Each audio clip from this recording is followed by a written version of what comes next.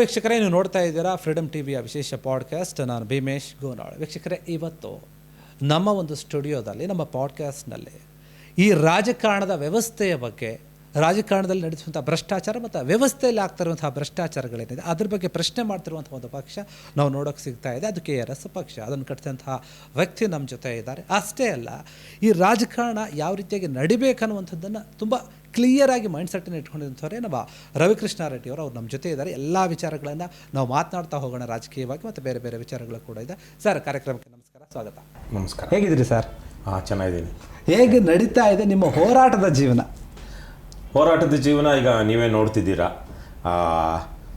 KRS ಪಕ್ಷ ಅನ್ನುವಂಥದ್ದು ಇವತ್ತು ಒಂದೊಂದು ಹೊಸ ರಾಜಕೀಯ ಮಾದರಿ ಸಂಸ್ಕೃತಿ, ಮಾದರಿ ರಾಜಕೀಯ ಸಂಸ್ಕೃತಿಯನ್ನು ಹುಟ್ಟಾಕಿದೆ. ರಾಜ್ಯಾದ್ಯಂತ ಇವತ್ತು ಈ ತರಹದ ಹಳದಿ ಕೆಂಪು ಟಿ ಶರ್ಟ್ ಹಾಕ್ಕೊಂಡಿರೋರು ಸಾವಿರಾರು ಜನ ಇವತ್ತು ರಾಜಕೀಯ ಮಾತಾಡ್ತಿದ್ದಾರೆ, ಭ್ರಷ್ಟಾಚಾರ ವಿರೋಧಿಸ್ತಾ ಇದ್ದಾರೆ, ಚುನಾವಣೆಗೆ ನಿಲ್ತಾ ಇದ್ದಾರೆ, ನೈತಿಕವಾಗಿ ಬದುಕ್ತಾ ಇದ್ದಾರೆ. ಹಾಗಾಗಿ ನಮ್ಮದೊಂದು ಇವತ್ತು ಹೇಗಿದೆ ಅಂದರೆ, ನನ್ನೊಬ್ಬಂದು ಹೇಳೋದಕ್ಕಾಗೋದಿಲ್ಲ. ರಾಜ್ಯದ ಸಾವಿರಾರು ಜನ KRS ಪಕ್ಷದ ಸೈನಿಕರು ಅಂತ ಏನು ಹೇಳ್ತೀವಿ ಅವರೆಲ್ಲರದ್ದು ಹೇಳಬೇಕು. ಚೆನ್ನಾಗಿದೆ. ಇವತ್ತಿನ ಭ್ರಷ್ಟ ಮತ್ತು ದುಷ್ಟ ವ್ಯವಸ್ಥೆಯ ಸಂದರ್ಭದಲ್ಲಿ ಪ್ರಾಮಾಣಿಕವಾಗಿ ನ್ಯಾಯಯುತವಾಗಿ ಬದುಕೋದೇ ಕಷ್ಟ ಅನ್ನುವಂಥ ಸಂದರ್ಭದಲ್ಲಿ ನ್ಯಾಯಕ್ಕಾಗಿ, ಪ್ರಾಮಾಣಿಕತೆಗಾಗಿ, ಭ್ರಷ್ಟಾಚಾರ ರಹಿತವಾದ ಆಡಳಿತಕ್ಕಾಗಿ, ನ್ಯಾಯ ನೀತಿ ಧರ್ಮ ಅಂತ ನಾವೇನು ಹೇಳ್ತೀವೋ ಅದಕ್ಕಾಗಿ ಹೋರಾಡ್ತಿರುವಂಥ ಸಾವಿರಾರು ಜನ ಇವತ್ತು ಮುನ್ನೆಲೆಗೆ ಬರ್ತಾ ಇದ್ದಾರೆ. ಹಾಗಾಗಿ ನಾನಾ ತೊಂದರೆಗಳು ಇದೆ, ನಿಮಗೆ ಗೊತ್ತಿದೆ. 106 ಕೇಸ್ಗಳಿವೆ. ನಮ್ಮ ರಾಜ್ಯದ ಭ್ರಷ್ಟ ಪೊಲೀಸರು, ಭ್ರಷ್ಟ ಸರ್ಕಾರಿ ಅಧಿಕಾರಿಗಳು ಯಾವ ಹಂತಕ್ಕೆ ಮುಟ್ಟಿದ್ದಾರೆ ಅನ್ನೋದನ್ನ ನಾವು ನೋಡ್ತೀವಿ. ಇದಕ್ಕಿಂತ ಅಧೋಗತಿ ಅಂತಾರಲ್ವಾ, ಇದಕ್ಕಿಂತ ಕೆಳಗಡೆ ಇಲ್ಲ. ಅಂತಹ ಸಂದರ್ಭದಲ್ಲಿ ಸುಳ್ಳು ಕೇಸ್ಗಳು 106 ಬಿದ್ದಿವೆ. ಕೋರ್ಟು ಕಚೇರಿ ಇವೆಲ್ಲ ಅಲ್ಕೊಂಡು ನಗುನಗುತ್ತಾನೆ ಒಂದು ಹೊಸ ವ್ಯವಸ್ಥೆಯನ್ನು ಕಟ್ಟೋದಕ್ಕೆ ಪ್ರಯತ್ನಿಸ್ತಾ ಇದ್ದೀವಿ. ಹಾಗಾಗಿ ಈಗ ಯಶಸ್ಸು ಸಿಗ್ತಾ ಇದೆ ನಮಗೆ. ಜನ ಬೆಂಬಲಿಸ್ತಾ ಇದ್ದಾರೆ, ಸದಸ್ಯತ್ವ ತಗೊಳ್ತಿದ್ದಾರೆ, ದೇಣಿಗೆ ಕೊಡ್ತಾ ಇದ್ದಾರೆ. ನಿಲ್ಲಿಸಿ, ನಾನೆಲ್ಲಾದ್ರೂ ಹೋಗ್ತಿರುವ ಗಾಡಿನ ನಿಲ್ಲಿಸಿ, ಸರ್ ನಿಮ್ದು QR ಕೋಡ್ ಕೊಡಿ ಸರ್ ಅಂತಾರೆ. ಸೊ ಹಾಗಾಗಿ ಚೆನ್ನಾಗಿದೆ. ಒಂದು ರೀತಿಯಲ್ಲಿ ನಾವು ಒಂದು ಹಂತವನ್ನು ದಾಟಿದ್ದೀವಿ ಅಂತ. ಈಗ ಏನಂದ್ರೆ ಸರ್, ಈಗ ಈ ವ್ಯವಸ್ಥೆ ನೀವು ಮಾಡೋದಕ್ಕೂ ಮುಂಚೆ ನಿಮಗೆ ಒಂದು ಐಷಾರಾಮಿ ಜೀವನನೇ ಇತ್ತು. ಯಾಕೆ ಅಂತಂದರೆ ನಿಮಗೇನು ಅಂದರೆ, ನೀವು ಕೆಲಸ ಮಾಡ್ತಾಯಿದ್ರಿ ವಿದೇಶದಲ್ಲಿ, ಅಮೇರಿಕದಲ್ಲಿ ಕೆಲಸ ಮಾಡ್ತಿದ್ದಂಥವ್ರು, ಲಕ್ಷಾನುಗಟ್ಟಲೆ ಸ್ಯಾಲ್ರಿ ಬರ್ತಾ ಇತ್ತು, ಒಳ್ಳೆ ಕುಟುಂಬ ಕೂಡ ಇತ್ತು. ನಿಮಗೆ ಯಾಕೆ ರಾಜಕೀಯ ಅಂತ ಯಾಕೆ ಬೇಕಾಗಿತ್ತು? ಈಗ ಇದು ಸಿಕ್ಬಿಟ್ರೆ ಸಾಕು ನಮ್ಮ ಜನಕ್ಕೆ. ಈಗ ನಾನು ಆರಾಮಾಗಿದ್ದೀನಿ, ಹ್ಯಾಪಿಯಾಗಿದ್ದೀನಿ, ನನ್ನ ಫ್ಯಾಮಿಲಿ ನಾನು ಚೆನ್ನಾಗಿ ನೋಡ್ಕೊಳ್ತಾ ಇದ್ದೀನಿ ಅನ್ನೋ ಮನಸ್ಥಿತಿ ಇದ್ಬಿಟ್ರೆ ಯಾವುದ್ರ ಬಗ್ಗೆನೂ ತಲೆ ಕೆಡಿಸ್ಕೊಳ್ಳಲ್ಲ ಈಗಿನ ಜನ. ಹೀಗಿರುವಾಗ ನಿಮ್ಗೆ ಅಷ್ಟೊಂದು ಸ್ಯಾಲ್ರಿ ಇದ್ದು, ಎಲ್ಲ ಚೆನ್ನಾಗಿದ್ದು, ವ್ಯವಸ್ಥೆ ಇದ್ದು, ಯಾಕೆ ರಾಜಕಾರಣ ಬೇಕನ್ನಿಸ್ತಾ? ನನಗೆ ಇದೊಂದು ವಿಚಿತ್ರ ಮತ್ತು ವಿಶೇಷ ಪ್ರಶ್ನೆ ಅನ್ಸುತ್ತೆ. ಈಗ ಇದನ್ನ ಕೇಳ್ತಿರೋರು ನೀವೆಲ್ಲ 106 ಜನ ಕೇಳಿದ್ರು. ಇದು ವಿಶೇಷ ಅಂತ ಆಗಬಾರ್ದಿತ್ತು, ವಿಚಿತ್ರ ಅಂತಲೂ ಆಗಬಾರ್ದಿತ್ತು. ಯಾಕೆಂದ್ರೆ ಹಿಂದೆ ಈಗ ಮಹಾತ್ಮ ಗಾಂಧೀಜಿಗೆ ಬೇಕಾಗಿತ್ತಾ, ನೆಹರು ಅವ್ರಿಗೆ ಬೇಕಾಗಿತ್ತಾ, ಸುಭಾಷ್ ಚಂದ್ರ ಬೋಸ್ ಅವ್ರಿಗೆ ಬೇಕಾಗಿತ್ತಾ? ಈಗ ನಾನು ಏನು ಹೇಳಿದೆ, ಮೂವರೂ ಆಗರ್ಭ ಶ್ರೀಮಂತರು ಒಂದು ರೀತಿ. ಮಹಾತ್ಮ ಗಾಂಧೀಜಿ ಅವರ ತಂದೆ ಒಂದು ಸಣ್ಣ ರಾಜ್ಯದ ಸಂಸ್ಥಾನದ ದಿವಾನರಾಗಿದ್ದವರು. ಮೋತಿಲಾಲ್ ನೆಹರೂರವರಂತೂ ಜವಾಹರ್ಲಾಲ್ ನೆಹರು ಅವರ ತಂದೆ ಬಹಳ ಆಗರ್ಭ ಶ್ರೀಮಂತರು. ಅಲಹಾಬಾದ್ನ ಇವತ್ತಿನ ಪ್ರಯಾಗ್ರಾಜ್ ಏನಂತೀವಿ ಅದರ ಬಹಳ ದೊಡ್ಡ ಶ್ರೀಮಂತರು. ನೇತಾಜಿ ಸುಭಾಷ್ ಚಂದ್ರ ಬೋಸ್ರವರು ಅಂತಹವೇ ಶ್ರೀಮಂತ ಕುಟುಂಬ. ಅವರು ICS ಆಗಿನ ಕಾಲದಲ್ಲೇ ಪಾಸ್ ಆಗಿದ್ದಂಥವ್ರು. ಹಾಗಾಗಿ ಅವರಿಗೆಲ್ಲ ಯಾಕೆ ಬೇಕಾಗಿತ್ತು? ನಾವು ಅದೇ ತರಹದ ಒಂದು ಕೆಲಸವನ್ನು ಇವತ್ತು ಮಾಡೋದಕ್ಕೆ ಪ್ರಯತ್ನಿಸ್ತಾ ಇದೀವಿ. ನಿಮ್ಗೆ ಯಾಕೆ ಬೇಕಾಗಿತ್ತು ಅನ್ನುವಂಥದ್ದು. ಸೊ ಹಾಗಾಗಿ ಇದು ಸಂದರ್ಭದ ಕಾರಣಕ್ಕಾಗಿ ಪ್ರಶ್ನೆ ಬರ್ತಾ ಇದೆ. ಯಾಕಂದ್ರೆ ಇವತ್ತು ಬಹುತೇಕವಾಗಿ ಶ್ರೀಮಂತವಾಗಿರುವಂಥವ್ರು, ಆರ್ಥಿಕವಾಗಿ ಚೆನ್ನಾಗಿರುವಂಥವ್ರು, ಐಷಾರಾಮಿ ಜೀವನ ನಡೆಸ್ತಿರುವಂಥವ್ರು ಯಾವುದೇ ರೀತಿಯ ಸಾಮಾಜಿಕ ರಾಜಕೀಯ ಚಟುವಟಿಕೆಗಳಿಗೆ ಬರಬಾರದು. ಇಲ್ಲಿ ಬರೋರೆಲ್ಲ ಪುಂಡರು, ಪೋಖ್ರಿಗಳು, ಹಣ ಮಾಡಬೇಕು, ಹೆಂಡ ತಿನ್ನಿಸ್ಕುಡಿಸ್ಬೇಕು, ಅಥವಾ ಇನ್ಯಾವುದೋ ಅನೈತಿಕ ಬದುಕಬೇಕು ಅಂಥವ್ರು ಮಾತ್ರ ರಾಜಕೀಯ ಅಧಿಕಾರಕ್ಕಾಗಿ ಇವತ್ತು ರಾಜಕಾರಣಕ್ಕೆ ಬರ್ತಾ ಇದ್ದಾರೆ ಅನ್ನುವಂಥ ಭಾವನೆ ಬಂದಿದೆ. ಆದರೆ ರಾಜಕೀಯ ಪರಮ ಪವಿತ್ರವಾದದ್ದು ನನ್ನ ಪ್ರಕಾರ. ನನಗೆ ಚಿಕ್ಕಂದಿನಿಂದಲೇ ನಮ್ಮೂರಲ್ಲಿದ್ದಂತಹ ವಾತಾವರಣದ ಕಾರಣಕ್ಕಾಗಿ ಏನು ಪುರಾಣಗಳನ್ನು, ಹರಿಕಥೆಗಳನ್ನು ಕೇಳ್ತಾ ಓದ್ತಾ ಬೆಳೆದಂಥವನು. ನಮ್ಮ ಮನೆಯ ವಾತಾವರಣ, ನಮ್ಮೂರಿನ ವಾತಾವರಣ ಇವೆಲ್ಲದರಿಂದಾಗಿ ಚಿಕ್ಕಂದಿನಿಂದಲೇ ಪುಸ್ತಕಗಳನ್ನು, ವಿಶೇಷವಾಗಿ ಚಂದಮಾಮದಿಂದ ಹಿಡಿದು ಎಲ್ಲ ತರಹದ ರಾಮಾಯಣ ಮಹಾಭಾರತಗಳನ್ನ ತುಂಬಾ ಒಲವಿತ್ತು. ಹಾಗಾಗಿ ನನಗೊಂದು ಪ್ರೇರಣೆ ಆಗ್ತಾ ಬಂತು ಚಿಕ್ಕವನಿದ್ದಾಗಲಿಂದನೇ. ಏನು ದುಷ್ಟ ಶಿಕ್ಷಣ ಶಿಷ್ಟ ರಕ್ಷಣವೇ ನನ್ನ ವಿದ್ಯಾಭ್ಯಾಸದ ಗುರಿ ಅಂತ ಏಕಲವ್ಯ ಹೇಳುವಂಥದ್ದೊಂದು ಪಾಠ ಇತ್ತು. ಸೊ ಇವೆಲ್ಲವನ್ನು ಒಂದು ರೀತಿಯಲ್ಲಿ ಮನಸ್ಸಿಗೆ ಸ್ಫೂರ್ತಿ ಕೊಡ್ತಾ ಇತ್ತು. ಹರಿಶ್ಚಂದ್ರನ ಹರಿಕತೆ ಕೇಳುವಾಗ ಸತ್ಯ ಬಿಡಬಾರ್ದು ಅನ್ನೋದು, ಹೀಗೆ ಹಲವು. ಆಮೇಲೆ ಸ್ವಾತಂತ್ರ್ಯ ಹೋರಾಟಗಾರರ ತ್ಯಾಗ, ಬಲಿದಾನಗಳೆಲ್ಲ ನೋಡಿದಾಗ ನಾವು ಈ ಸಮಾಜದ ಶಿಶುಗಳು, ನಾವು ಹಾಗಾಗಿ ನಾವು ಈ ಸಮಾಜಕ್ಕೆ ಏನಾದರೂ ಕೊಡಬೇಕಲ್ವಾ, ನಮ್ಮ ಪಾತ್ರ ಬಂದಾಗ. ಅಂದರೆ ಎಲ್ಲರೂ ಏನು ಕೊಡಬೇಕು ಅಂತಿಲ್ಲ, ಆದರೆ ಒಂದು ಪಾತ್ರವನ್ನು ನಾವು ನಿಭಾಯಿಸಬೇಕು ಅಂತ ಬಂದಾಗ ಅದು ನಿಭಾಯಿಸಬೇಕು. ಸೊ ಹಾಗಾಗಿ ಆ ನಿಟ್ಟಿನಲ್ಲಿ ನಾನು ನಮ್ಮ ರಾಜ್ಯದ ಏನು ಕೆಟ್ಟ ರಾಜಕೀಯ ಮತ್ತು ಸಾಮಾಜಿಕ ಪರಿಸ್ಥಿತಿಯನ್ನು ಮತ್ತು ಬಡತನವನ್ನು, ಸಾಮಾಜಿಕ ಅಸಮಾನತೆಗಳನ್ನು ಕಂಡ ಮೇಲೆ ನಾನು ಇಲ್ಲಿ ಏನಾದರೂ ಮಾಡಬೇಕು. ಯಾಕಂದರೆ ನನಗೆ ಆ ಪ್ರೇರಣೆ ಇತ್ತು. ಮಹಾತ್ಮ ಗಾಂಧೀಜಿಯವರ ಪ್ರೇರಣೆ ಭಾಳ ದೊಡ್ಡ ಮಟ್ಟದಲ್ಲಿತ್ತು. ಹಾಗೆ ಪುರಾಣಗಳ ಒಳ್ಳೊಳ್ಳೆಯ ವ್ಯಕ್ತಿಗಳ ಪ್ರೇರಣೆ ಇತ್ತು, ಐತಿಹಾಸಿಕ ವ್ಯಕ್ತಿಗಳ ಪ್ರೇರಣೆ ಇತ್ತು. ಸತ್ಯ, ನ್ಯಾಯ, ನೀತಿ ಇದು ನಮ್ಮ ಜೀವನದ ಒಂದು ಅಂಗವಾಗಬೇಕು ಅನ್ನುವಂಥ ಪ್ರೇರಣೆಗಳು ಬಂದಿತ್ತು. ಹಾಗಾಗಿ ನಾನು ಎಷ್ಟೇ ಕಷ್ಟ ಆಗಲಿ ಇದನ್ನು ಮಾಡಬೇಕು, ನನ್ನ ಕೈಲಾಗಿದ್ದು ರಾಜಕೀಯಕ್ಕೆ ಬರಬೇಕು ಅಂತಿರಲಿಲ್ಲ, ಸಾಮಾಜಿಕವಾಗಿ ತೊಡಸ್ಕೊಳ್ಳೋಣ ಅನ್ನುವಂಥದ್ದು ಇತ್ತು. ಆದರೆ ರಾಜಕೀಯ ಅಂತಿಮವಾಗಿ ಪ್ರಜಾಪ್ರಭುತ್ವದಲ್ಲಿ ಮತ ಹಾಕುವಂತಹ, ಮತದ ಆಧಾರದ ಮೇಲೆ, ಓಟಿನ ಆಧಾರದ ಮೇಲೆ ರಾಜಕಾರಣ ಮಾಡ್ತಾರಲ್ವಾ, ಅವ್ರಿಗಿರುವಷ್ಟು ಬಲ ಪ್ರಜಾಪ್ರಭುತ್ವದಲ್ಲಿ ಬೇರೆ ಯಾವುದಕ್ಕೂ ಇಲ್ಲ. ಅವರು ಯಾವುದನ್ನು ಬೇಕಾದ್ರೂ ಬದಲಿಸಬಲ್ಲರು, ಎಂತಹ ಸುಧಾರಣೆಯನ್ನು ಬೇಕಾದ್ರೂ ತರಬಲ್ಲರು, ಎಂತಹ ಅಕ್ರಮ ಅನ್ಯಾಯಗಳನ್ನು ಬೇಕಾದ್ರೂ ಕೇವಲ ಒಂದು ಪೆನ್ನಿನಿಂದ ಬದಲಾಯಿಸಬಲ್ಲರು. ಹಾಗಾಗಿ ಬೇರೆ ತರಹದ ಸುಧಾರಣೆಗಳು ನಮ್ಮ ದೇಶದಲ್ಲಿ. ಅಂಬೇಡ್ಕರ್ ಅವರು ಮಹಾತ್ಮ ಗಾಂಧೀಜಿಯವ್ರ ಬಗ್ಗೆ ಒಂದು ಮಾತು ಹೇಳ್ತಾರೆ, ಎಷ್ಟೋ ಮಹಾತ್ಮರು ಬಂದರು, ಎಷ್ಟೋ ಮಹಾತ್ಮರು ಹೋದರು, ಆದರೆ ನಮ್ಮವರ ಏನು ಅಸ್ಪೃಶ್ಯರ ಅಂತ ಏನು ಅವ್ರು ಹೇಳ್ತಾ ಇದ್ರು, ಅವರ ಇದು ಏನು ಕೆಟ್ಟ ದಿನಗಳಾಗಲಿ, ಪರಿಸ್ಥಿತಿ ಆಗಲಿ ಬದಲಾಗಲಿಲ್ಲ. ಸಮಾಜ ಸುಧಾರಕರು, ಕೀರ್ತನಕಾರರಿಂದ ಹಿಡ್ಕೊಂಡು ಬಸವಣ್ಣನವ್ರ ತನಕ ಅನೇಕ ಕ್ರಾಂತಿಕಾರಿಗಳು, ಸಮಾಜ ಸುಧಾರಕರು ನಮ್ಮ ದೇಶದಲ್ಲಿ, ನಮ್ಮ ರಾಜ್ಯದಲ್ಲಿ ಬಂದರು. ಅದು ಯಾವ ಮಟ್ಟಿಗೆ ಸುಧಾರಣೆ ಆಯಿತು. ಆದರೆ ನೋಡಿ, ಸ್ವಾತಂತ್ರ್ಯ ಬಂದ ಕಾರಣಕ್ಕಾಗಿ ಸಂವಿಧಾನ ಬಂತು, ಸಂವಿಧಾನವನ್ನು ಅಳವಡಿಸಿಕೊಂಡ ಕಾರಣಕ್ಕಾಗಿ ನಮ್ಮಲ್ಲಿ ಪ್ರಜಾಪ್ರಭುತ್ವ ವ್ಯವಸ್ಥೆ ಬಂತು. ಸಂವಿಧಾನ 1950 ಜನವರಿ 26ರಲ್ಲಿ ಅಳವಡಿಸ್ಕೊಂಡ್ವಿ. 1952ರಲ್ಲಿ ಇಡೀ ದೇಶಾದ್ಯಂತ ಚುನಾವಣೆ ನಡೀತು. ಚುನಾವಣೆಗಳ ಮೂಲಕ ಜನಪ್ರತಿನಿಧಿಗಳು ಆಯ್ಕೆಯಾದರು. 52ರ ತನಕ ಈ ದೇಶದಲ್ಲಿ ಚುನಾಯಿತ ಜನಪ್ರತಿನಿಧಿಗಳು ಕೆಲವೊಂದೇ ಕಡೆ ಇದ್ರು. ಆಮೇಲೆ ಎಲ್ರಿಗೂ ವೋಟಿಂಗ್ ಇರಲಿಲ್ಲ 52ರ ತನಕ. ಹಾಗಾಗಿ ಸ್ವಾತಂತ್ರ್ಯ ಬಂದ ಕಾರಣಕ್ಕಾಗಿ ಸಂವಿಧಾನ ಬಂತು, ಸಂವಿಧಾನ ಬಂದ ಕಾರಣಕ್ಕಾಗಿ ಪ್ರಜಾಪ್ರಭುತ್ವ ಬಂತು. ಇವತ್ತು ಪ್ರಜಾಪ್ರಭುತ್ವದಲ್ಲಿ ಯಾರು ಏನು ತಿನ್ನಬೇಕು, ಏನು ಕುಡಿಬೇಕು, ಯಾವ ಶಾಲೆಗೆ ಹೋಗ್ಬೇಕು, ಏನು ಓದಬೇಕು, ಓದಿದ ಮೇಲೆ ಏನು ಉದ್ಯೋಗ ಸಿಗಬೇಕು, ರಸ್ತೆ ಹೇಗಿರಬೇಕು, ಎಲ್ಲವನ್ನು ತೀರ್ಮಾನ ಮಾಡೋದು ನಮ್ಮ ರಾಜಕಾರಣ, ನಮ್ಮ ಸರ್ಕಾರ, ಅಂದರೆ ನಾವೇ ಆಯ್ಕೆ ಮಾಡಿದಂತಹದ್ದು. ಹಾಗಾಗಿ ಇವತ್ತು ಹಿಂದೆ ಯಾವತ್ತೂ ಇಲ್ಲದಂತಹ ಹೊಸ ಕಾನೂನುಗಳು ಇವತ್ತು ಬಂದಿದೆ. ಹಿಂದೆ ಯಾವತ್ತೂ ಇಲ್ಲದಂತಹ ಸಮಾಜ ಸುಧಾರಣೆ ಇವತ್ತಾಗಿದೆ. ಎಷ್ಟೆಷ್ಟು ದೊಡ್ಡ ಕ್ರಾಂತಿಕಾರಿ ಸಮಾಜ ಸುಧಾರಕರು ಬಂದಾಗಲೂ ಆಗದೇ ಇದ್ದಂತಹ ಸಮಾಜ ಸುಧಾರಣೆ ಇವತ್ತು ಸಂವಿಧಾನವನ್ನು ಅಳವಡಿಸಿಕೊಂಡ ಕಾರಣಕ್ಕಾಗಿದೆ. ದಲಿತರು, ಅಸ್ಪೃಶ್ಯರು ಅಂತ ಏನು ಹೇಳ್ತಾ ಇದ್ರು, ಅವರ ಮೇಲೆ ನಡೀತಿದ್ದಂಥ ಅತ್ಯಾಚಾರ ಕೊನೆಗೊಂಡಿದೆ. ಹಿಂದುಳಿದವರು ಇವತ್ತು ಮುಖ್ಯವಾಹಿನಿಗೆ ಬಂದಿದ್ದಾರೆ. ಒಂದು ರೀತಿಯಲ್ಲಿ ಎಲ್ಲರಿಗೂ ಜಾತಿ, ಕೋಮು, ಮತಗಳನ್ನು ಮೀರಿ ಇವತ್ತು ಎಲ್ರಿಗೂ ಒಂದೇ ತರಹದ ಹಕ್ಕುಗಳಿದೆ. ಭಾರತದ ಸಹಸ್ರಾರು ವರ್ಷಗಳ ಭಾರತದ ಇತಿಹಾಸದಲ್ಲಿ ಇಂಥದ್ದು ಯಾವತ್ತಾಗಿತ್ತು?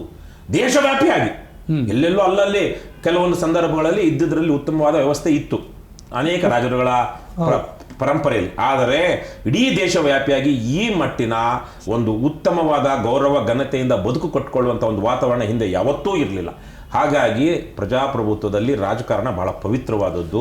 ಇಂದಿನ ಪ್ರಸಕ್ತ ವರ್ತಮಾನವನ್ನು ಸರಿ ಮಾಡಿಕೊಳ್ಳುವ ಮತ್ತು ಮುಂದಿನ ದಿನಗಳ ಭವಿಷ್ಯಕ್ಕೆ ಭದ್ರವಾದ ಬುನಾದಿ ಹಾಕುವಂತಹ ಬಹಳ ಪವಿತ್ರವಾದ ಕೆಲಸ. ಹಾಗಾಗಿ ಆ ಪವಿತ್ರವಾದ ಕೆಲಸದ ಕರೆ ನನಗೆ ಕರೀತು. ನೀವು ಪವಿತ್ರ ಅಂತ ಹೇಳ್ತೀರಾ ಸರ್ ರಾಜಕಾರಣವನ್ನು, ಬಟ್ ಜನರ ಮನಸ್ಸಲ್ಲಿ ಅಥವಾ ನಾರ್ಮಲ್ ಆಗಿ ಹೇಳೋದು ನಮಗೆ ಗೊತ್ತೇ ಇದೆ. ರಾಜಕೀಯ ಅಂದ್ರೆ ಏನು, ಅಂದ್ರೆ ರಾವಣ ಈ ತರ ಅಂತ ಏನು ಇರುತ್ತಲ್ಲ, ಇಡೀ ರಾಜಕೀಯದ ಹೇಳ್ತಾರೆ ಎಲ್ಲರೂ ರಾಕ್ಷಸರೇ, ರಾಜಕೀಯದಲ್ಲಿ ಇರೋರು ಯಾರೋ ಒಳ್ಳೆಯವರಲ್ಲ ಅನ್ನುವಂಥ ಮನಸ್ಥಿತಿ ಈ ತರ ಫುಲ್ ಇದೆ. ಈ ತರ ಹೇಳ್ತಾರೆ. ನೀವು ಹೇಳ್ತಾ ಇದ್ರೆ ಪವಿತ್ರವಾದದ್ದು, ನಾನು ಅದಕ್ಕೋಸ್ಕರ ಬಂದೆ ಅಂತ. ಜನರ ಮನಸ್ಸಲ್ಲಿ ಮಾತ್ರ ಇದೇ ಇದೆ. ನೀವು ಅನ್ಕೊಂಡಿರೋದು ಕರೆಕ್ಟ್ ಅಂತ ಅನ್ಕೊಂತೀರಾ? ನೀವು ಆ ರೀತಿಯಾಗಿ ನಡ್ಕೊಳ್ತಿದ್ದಾರೆ ಯಾರು? ನಾನು ಅನ್ಕೊಂಡಿರೋದೇ ಕರೆಕ್ಟು. ಇದೇನಾಗ್ಬಿಟ್ಟಿದೆ, ರಾಜಕಾರಣ ಕಳೆದ 40-50 ವರ್ಷದಲ್ಲಿ ನಮ್ಮ ದೇಶದಲ್ಲಿ, ಪ್ರಪಂಚಾದ್ಯಂತ ಹಾಗೆ ನೋಡೋದು, ಕಳೆದ 40-50 ವರ್ಷದಲ್ಲಿ ಬೇರೆ ಬೇರೆ ರೀತಿಯಲ್ಲಿ ಒಂದು ಮೌಲ್ಯರಹಿತವಾದಂತಹ ದಿಕ್ಕಿನ ಕಡೆಗೆ ಸಾಗ್ತಾ ಬಂತು. ಹಾಗಾಗಿ ಇದನ್ನು ನೋಡಿದಂಥವರು ಬಹುತೇಕರು ರಾಜಕೀಯದಿಂದ, ಅಂದರೆ ಚುನಾವಣಾ ರಾಜಕಾರಣದಿಂದ ಹೊರಗಿದ್ದಂತಹ ಸಾಮಾನ್ಯ ಜನರು, ರಾಜಕಾರಣ ಅಂದರೆ ದುಷ್ಟರು, ಭ್ರಷ್ಟರು, politics is the last resort of a scoundrel ಅಂತ ಒಂದು ಇಂಗ್ಲೀಷಲ್ಲಿ ಒಂದು ಮಾತಿದೆ. ಹಾಗಾಗಿ ಇದನ್ನೇ ಒಂದು ರೀತಿಯಲ್ಲಿ ಏನಂತಾರೆ, ನೆಗೆಟಿವ್ ಆಗಿ ಬಿಂಬಿಸುವಂತಹದ್ದು, ನಿರಾಶಾವಾದ, ಪೆಸಿಮಿಸ್ಟಿಕ್ ಆಗಿ ಮಾತಾಡುವಂಥದ್ದು. ಕೆಲವೊಂದು ಸಂದರ್ಭಗಳಲ್ಲಿ ನೋಡಿ, ಪೆಸಿಮಿಸ್ಟಿಕ್ ಆಗಿ ಮಾತಾಡೋದು ಒಂದು ರೀತಿಯಲ್ಲಿ ಖುಷಿ ಕೊಡುತ್ತೆ ಮತ್ತು ಅದು ಸಹಜ ಅನಿಸುತ್ತೆ. ಆಪ್ಟಿಮಿಸ್ಟಿಕ್ ಆಗಿ ಮಾತಾಡುವಂಥದ್ದು, ಆಶಾವಾದದಿಂದ ಮಾತಾಡುವಂಥದ್ದು ಏನೋ ಒಂದು ಉತ್ಪ್ರೇಕ್ಷೆ ತರಕೋ ಅಥವಾ ಅವಾಸ್ತವಿಕ ಅಂತಲೋ ಅನಿಸುತ್ತೆ. ಪೆಸಿಮಿಸ್ಟಿಕ್ ಆಗಿ ಮಾತಾಡೋ ಪ್ರಾಗ್ಮ್ಯಾಟಿಕ್ ಅಂತಲೋ ಅನುಭವ ಅಂತಾರೆ, ಅಂದರೆ ವಾಸ್ತವವಾಗಿ ಮಾತಾಡ್ತಿದ್ದಾರೆ ಅಂದ್ಕೊಂಡು ಅಂದ್ಕೊಳ್ತಾರೆ. ಹಾಗಲ್ಲ. ಆದರೆ ಇವತ್ತು ಬಹಳ ಜನ ಖದೀಮ್ರೆ ಅದರಲ್ಲಿ ರಾಜಕಾರಣ ಅಂದರೆ ಕೆಟ್ಟದು ಅಂತ ಹೇಳುವಂಥದ್ದು. ಜನಸಾಮಾನ್ಯರು ನಿಜಕ್ಕೂ ಯೋಚನೆ ಮಾಡಿದಾಗ ರಾಜಕಾರಣದಿಂದ, ಪ್ರಜಾಪ್ರಭುತ್ವದಿಂದ, ವ್ಯವಸ್ಥೆಯಿಂದ ಯಾರಿಗೆಲ್ಲ ಏನೆಲ್ಲ ಒಳ್ಳೆಯದಾಗಿದೆ ಅಂತಲೂ ಗಮನಿಸ್ತಾರೆ. ಹಾಗಂದ ಮಾತ್ರಕ್ಕೆ ಇವತ್ತು ಕೆಟ್ಟದಿರೋದ್ರಿಂದ ನಾವು ಫೈಟ್ ಮಾಡ್ತಾ ಇದೀವಿ. ಆ ಕೆಟ್ಟದನ್ನ ಮಾಡಿದವ್ರು ಯಾರು? ಇಲ್ಲಿ ನೋಡಿ, ಒಂದು ಕಡೆ ರಾಜಕಾರಣಿಗಳು ಕಡುಭ್ರಷ್ಟರಾಗ್ತಾ ಬಂದ್ರು, ಆ ರಾಜಕೀಯದಿಂದ ದಕ್ಕಿದಂತ ಅಧಿಕಾರವನ್ನ ಬಿಟ್ಟು ಕೊಡಲಾರದೆ ವಂಶ ಪಾರಂಪರ್ಯ ರಾಜಕಾರಣಕ್ಕೆ ಹೋದ್ರು. ನಮ್ಮ ದೇಶದಲ್ಲಿ ವಂಶ ಪಾರಂಪರ್ಯ ರಾಜಕಾರಣಕ್ಕೆ ಇರುವಂತಹ ಬಹಳ ದೊಡ್ಡ ತಡುಕು ಅಂದ್ರೆ ನಮ್ಮ ವ್ಯವಸ್ಥೆಯಲ್ಲಿ, ಸಂವಿಧಾನದಲ್ಲಿ ಇರುವಂತಹ ಒಂದು ಕೊರತೆ. ಏನದು? ಟರ್ಮ್ ಲಿಮಿಟ್ಸ್ ಇಲ್ಲ. ಒಬ್ಬ ವ್ಯಕ್ತಿ ಪ್ರಧಾನಿಯಾಗಲಿ ಅಥವಾ ಮುಖ್ಯಮಂತ್ರಿ ಆಗಲಿ ಅವನಿಗೆ ಅವಧಿ ಮಿತಿ ಇರಬೇಕು. ಅಮೆರಿಕದಲ್ಲಿದ್ದಾಗ 1945, 44 ತನಕ ಅಮೆರಿಕದಲ್ಲೂ ಟರ್ಮ್ ಲಿಮಿಟ್ಸ್ ಇರಲಿಲ್ಲ. 3ನೇ ಸಲಕ್ಕೆ ರೂಸ್ವೆಲ್ಟ್ ಆಯ್ಕೆ ಆದಾಗ ಬಹಳ ಜನಪ್ರಿಯ ರೂಸ್ವೆಲ್ಟ್. ಆಗ ಅಲ್ಲಿ 42 ಅನ್ಸುತ್ತೆ. ಆಗ ಅಲ್ಲಿ ಅಮೆರಿಕದಲ್ಲಿ ಅಮೆಂಡ್ಮೆಂಟ್ ತಂದ್ರು, ಏನು ಟರ್ಮ್ ಲಿಮಿಟ್ಸ್ ಬರಬೇಕು ಅಂತೇಳಿ. ಅದೇ ರೀತಿಯಲ್ಲಿ ನಮ್ಮಲ್ಲಿ ಪಕ್ಷಗಳಲ್ಲಿ, ಇವತ್ತಿರುವಂಥ ಪಕ್ಷಗಳಲ್ಲಿ, ಕುಟುಂಬ ಕೇಂದ್ರಿತ ಪಕ್ಷಗಳಲ್ಲಿ ಏನಾಗಿದೆ, ಅವನ ಅಧ್ಯಕ್ಷ ಆಗಿರೋನು ಅಥವಾ ಅವ್ನು ಯಾರೋ ಇಂಪಾರ್ಟೆಂಟ್ ಹೈಕಮಾಂಡ್ ಅಂತ ಯಾರು ಇರ್ತಾರೋ ಅವ್ರು ತೀರ್ಮಾನ ಮಾಡಿದವ್ರಿಗೆ ಕ್ಯಾಂಡಿಡೇಟ್. ಆದ್ರೆ ಅಮೆರಿಕದಲ್ಲಿ ಬೇರೆ ಬೇರೆ ದೇಶಗಳಲ್ಲಿ ಆಗಿಲ್ಲ. ಪಕ್ಷದ ಒಳಗಡೆ ಚುನಾವಣೆ ನಡೆಯುತ್ತೆ. ಪ್ರೈಮರಿ ಎಲೆಕ್ಷನ್ಸ್ ಅಂತ ಪಕ್ಷದ ಒಳಗಡೆ ಆಂತರಿಕವಾಗಿ ಚುನಾವಣೆಗಳು ನಡೆಯುತ್ತೆ, ಯಾವ ಕ್ಯಾಂಡಿಡೇಟ್ ಆಗ್ಬೇಕು ಅಂತ. ನಾನು ನೀವು ಇಬ್ರು ಸೇರಿ ನಮ್ಮ ಪಕ್ಷದ ಮತದಾರರು ಯಾರಿರ್ತಾರೆ, ಪಕ್ಷದ ಸದಸ್ಯರು ಯಾರಿರ್ತಾರೆ, ಅವರು ತೀರ್ಮಾನಿಸಿದ್ರೆ ಮಾತ್ರ ನಮ್ಮಿಬ್ಬರಲ್ಲಿ ಯಾರಿಗೊಬ್ರು ಟಿಕೆಟ್ ಸಿಗುತ್ತೆ. ಹೈಕಮಾಂಡ್ ತೀರ್ಮಾನ ಮಾಡೋದಿಲ್ಲ. ಹಾಗಾಗಿ ಪ್ರೈಮರಿ ಎಲೆಕ್ಷನ್ಸ್ ಇಲ್ಲದೆ ಇರುವಂತಹದ್ದು, ಅಂದ್ರೆ ಚುನಾವಣಾ ಅಭ್ಯರ್ಥಿಗಳನ್ನ ಆಯ್ಕೆ ಮಾಡೋದ್ರಲ್ಲಿ ಪಕ್ಷದ ಸದಸ್ಯರ ತೀರ್ಮಾನ ಇಲ್ಲದೆ ಏನು ಹೈಕಮಾಂಡ್ನ ತೀರ್ಮಾನ, ಏನು ನಾಯಕರ ತೀರ್ಮಾನ ಮಾಡುವಂಥದ್ದು, ಮತ್ತೆ ಶಾಶ್ವತವಾಗಿ ಗೂಟ ಹೊಡ್ಕೊಂಡಿರುವಂಥದ್ದು. ಅವನು 20 ವರ್ಷ ಪ್ರಧಾನಮಂತ್ರಿ ಆಗಿ 25 ವರ್ಷ ಮುಖ್ಯಮಂತ್ರಿ ಆದವರು ಇದ್ದಾರೆ. 25 ವರ್ಷ ಮುಖ್ಯಮಂತ್ರಿ ಆದಮೇಲೆ 5 ವರ್ಷಕ್ಕೆ ನಾವು ಪಶ್ಚಿಮ ಬಂಗಾಳದಲ್ಲಿ ನೋಡಿದ್ವಿ, 5 ವರ್ಷಕ್ಕೆ ಸರ್ಕಾರನೇ ಹೋಗ್ಬಿಡ್ತು. ಇವತ್ತು CPM ಅಲ್ಲಿ ಥರ್ಡ್ ಪ್ಲೇಸ್ ಅಲ್ಲೂ ಇಲ್ಲ. ಅಂದ್ರೆ ಇಲ್ಲೆಲ್ಲ ಏನಾಯ್ತು, ಈ ತರಕ್ಕೆ ಶಾಶ್ವತವಾಗಿ ಗೂಟ ಬಿಟ್ಕೊಂಡಿರೋದ್ರಿಂದ ಒಂದು ನಾಯಕತ್ವ, ಮುಂದಿನ ತಲೆಮಾರುಗಳ ನಾಯಕತ್ವ ಇಲ್ಲದೆ ಹೋಗ್ಬಿಡ್ತು. ಹಾಗಾಗಿ ಇವತ್ತು ಇದನ್ನೆಲ್ಲ ನೋಡಿದಂಥ ಸಾಮಾನ್ಯ ಜನ ರಾಜಕೀಯ ಕಳ್ಳರ, ಕದೀಮರ, ವಂಶ ಪಾರಂಪರ್ಯದ, ಭ್ರಷ್ಟಾಚಾರದ, ಜಾತಿವಾದಗಳ ಆಡಂಬೋಲ, ಅದು ಅವರ ಆಟದ ಮೈದಾನ ಅಂತ ಭಾವಿಸಿದ್ದಾರೆ. ಅದು ತಪ್ಪು. ರಾಜಕಾರಣ ಪವಿತ್ರವಾದ. ನಾನು ಆಗಲೇ ಹೇಳಿದಾಗೆ ಹಿಂದಿನವರು, ನಮ್ಮ ಪೂರ್ವಿಕರು ಹಾಗೆಲ್ಲ ಯೋಚನೆ ಮಾಡಿ ಸಂವಿಧಾನವನ್ನು ಬರೆದು, ಸಂವಿಧಾನಕ್ಕೆ ಕಾಲಕಾಲಕ್ಕೆ ತಿದ್ದುಪಡಿಗಳನ್ನು ತಂದು, ಕಾಲಕಾಲಕ್ಕೆ ಬದಲಾಗ್ತಿದ್ದಂತಹ ಮನಸ್ಥಿತಿ, ವ್ಯವಸ್ಥೆ ಇವೆಲ್ಲದಕ್ಕೆ ಸೂಕ್ತವಾಗಿ ಭದ್ರ ಮಾಡದೇ ಇದ್ದಿದ್ರೆ ಇವತ್ತು ನಾನು ನೀವು ಇಲ್ಲಿ ಕೂತು ಮಾತಾಡ್ತಾ ಇರಲಿಲ್ಲ. ಈಗ ಪ್ರಪಂಚದ ಅನೇಕ ದೇಶಗಳಲ್ಲಿ ವಾಕ್ ಸ್ವಾತಂತ್ರ್ಯ ಎಲ್ಲಿದೆ? ವಾಕ್ ಸ್ವಾತಂತ್ರ್ಯವಿಲ್ಲದ ರೀತಿಯಲ್ಲಿ ಬದುಕ್ತಿದಾರಲ್ವಾ? ಹಾಗಾಗಿ ರಾಜಕಾರಣ ಪವಿತ್ರವಾದದ್ದು. ಇದನ್ನ ಬಿಟ್ಟು ಹೊರತಾಗಿ ರಾಜಕಾರಣ ಅಂದ್ರೆ ಕೇಡಿಗಳು ಮಾತ್ರ ಹೋಗುವಂಥದ್ದು ಯಾರಾದ್ರು ಅಂದ್ರೆ ಅವನು ಪೆಸಿಮಿಸ್ಟಿಕ್ ಆಗ್ಬಿಟ್ಟಿದ್ದಾನೆ, ಸಿನಿಕ್ ಆಗ್ಬಿಟ್ಟಿದ್ದಾನೆ, ಜೀವನದ ಬಗ್ಗೆ ಆಶಾವಾದ ಇಲ್ಲ, ಪ್ರತಿಯೊಂದರಲ್ಲೂ ತಪ್ಪು ಹುಡುಕ್ತಾ ಇದ್ದಾನೆ. ಅವನು ಈಸ್ ಅ ಲೂಸರ್. ನನ್ನ ಪ್ರಕಾರ they are nothing but losers.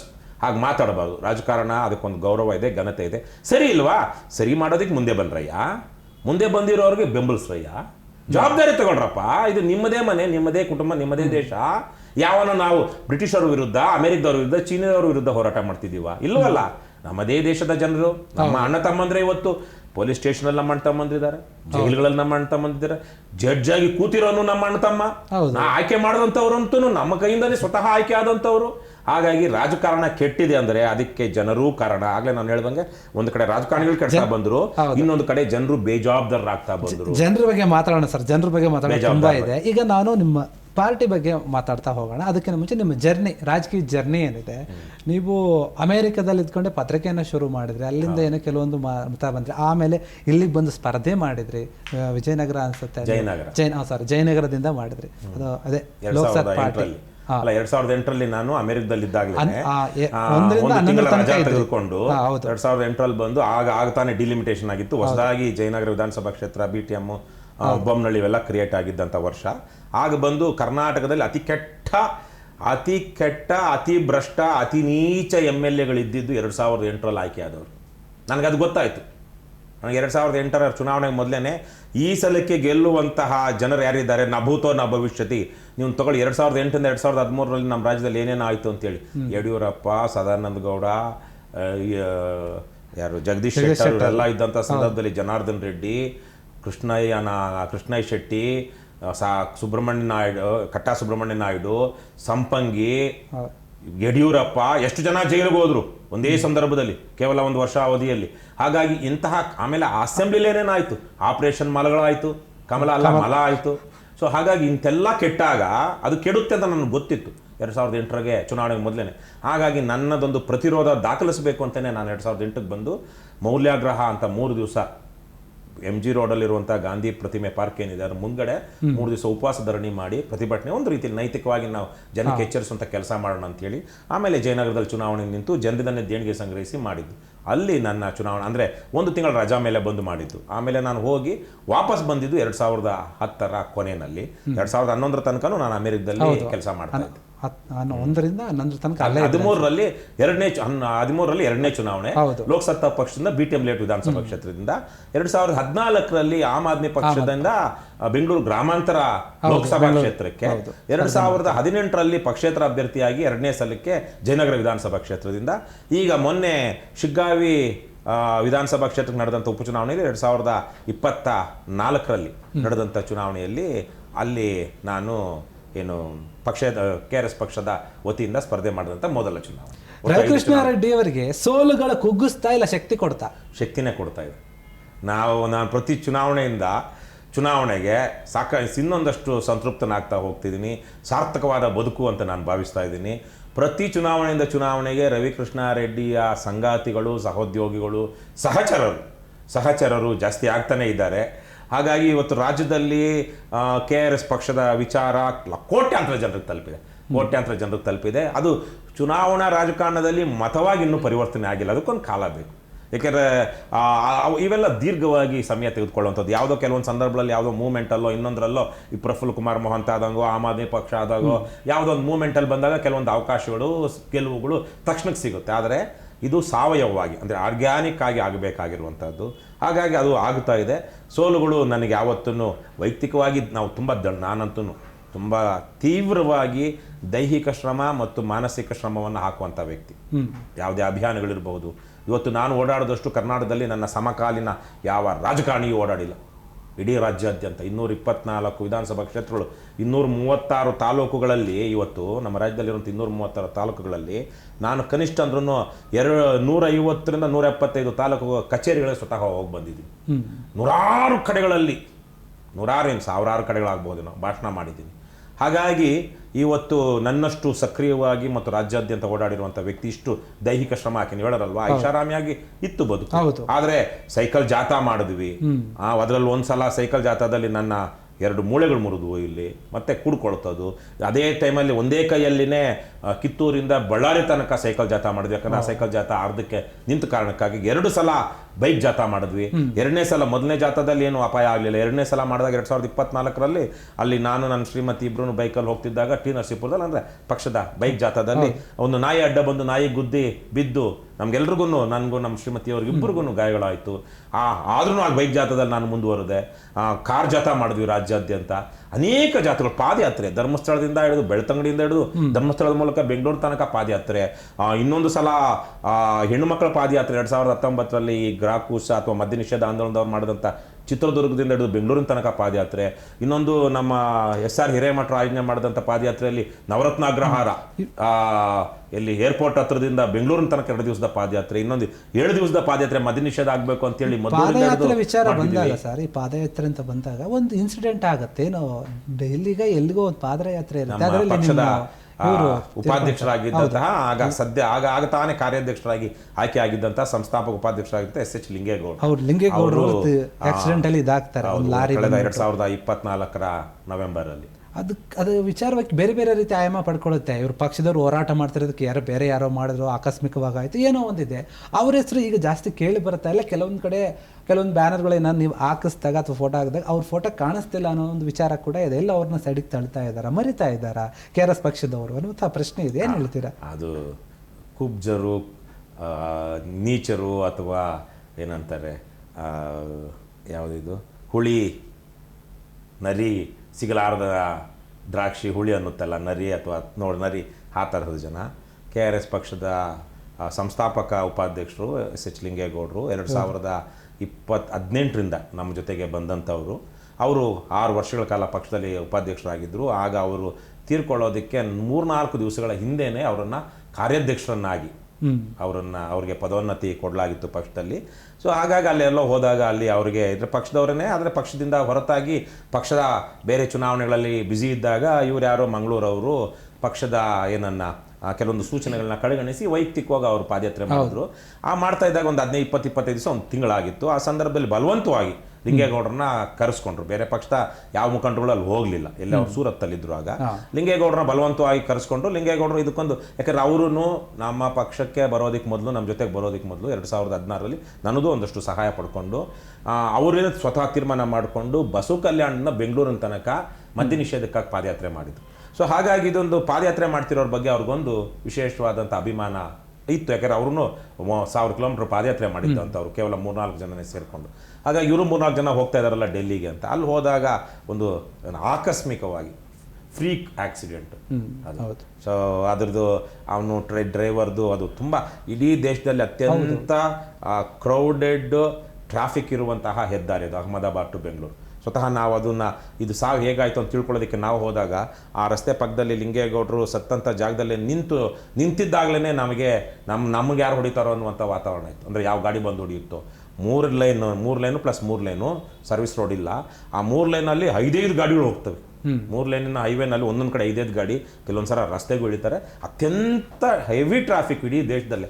ನಾನು ಇಡೀ ದೇಶವನ್ನು ಓಡಾಡಿದ್ದೀನಿ, ಆದರೆ ಅಲ್ಲಿರುವಂತಹ ಟ್ರಾಫಿಕ್ನ ನಾನು ಎಲ್ಲೂ ನೋಡಿರಲಿಲ್ಲ.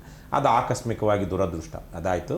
ಇವತ್ತಿಗೂ KRS ಪಕ್ಷದಲ್ಲಿ ಲಿಂಗೇಗೌಡರ ಬಗ್ಗೆ ಅಪಾರವಾದ ಅಭಿಮಾನ ಇರುವಂಥ, ಪ್ರೀತಿಸುವಂತಹ ಜನ ಇದ್ದಾರೆ.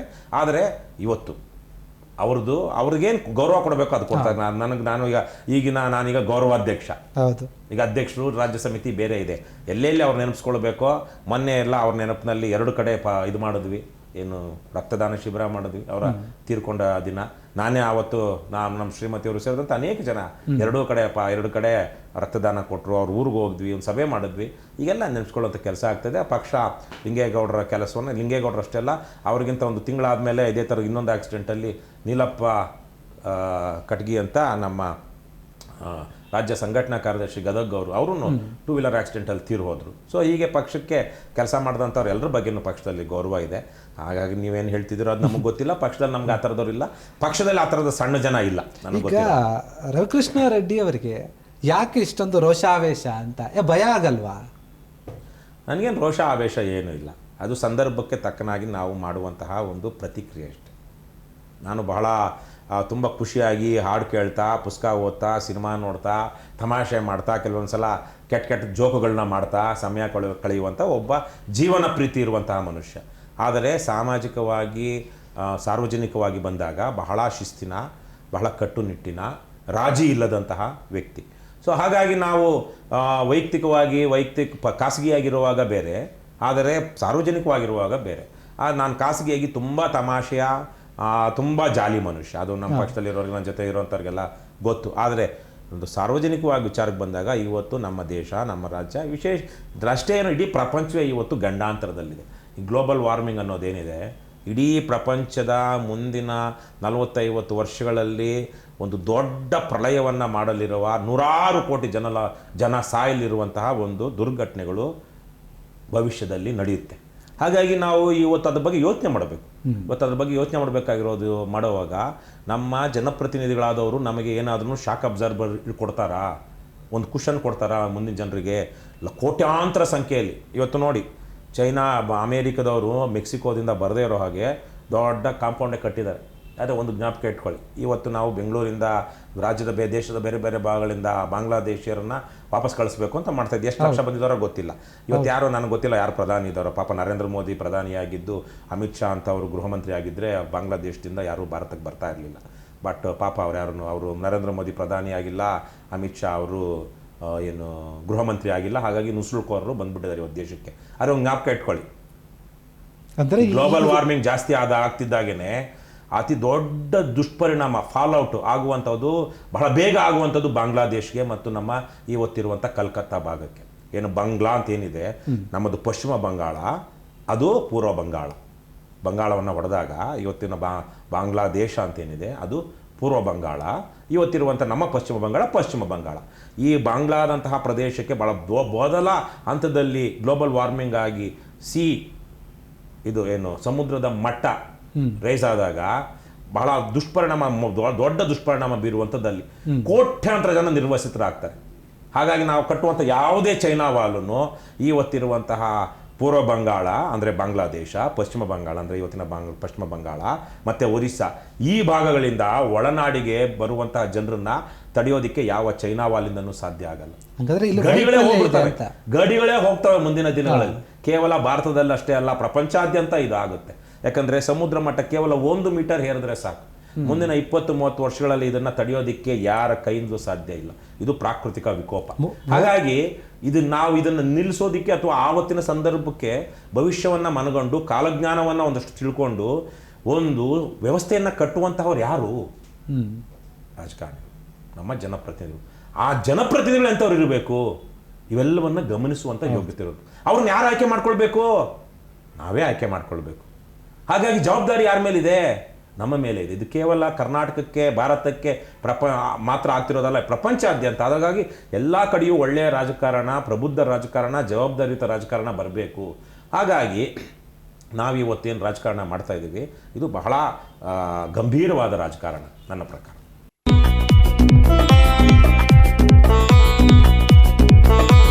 ಕ್ಷಣ ಕ್ಷಣದ ಸುದ್ದಿಗಳಿಗಾಗಿ ಫ್ರೀಡಂ ಟಿವಿ ಸಬ್ಸ್ಕ್ರೈಬ್ ಮಾಡಿ, ಲೈಕ್ ಮಾಡಿ ಹಾಗೂ ಫಾಲೋ ಮಾಡಿ.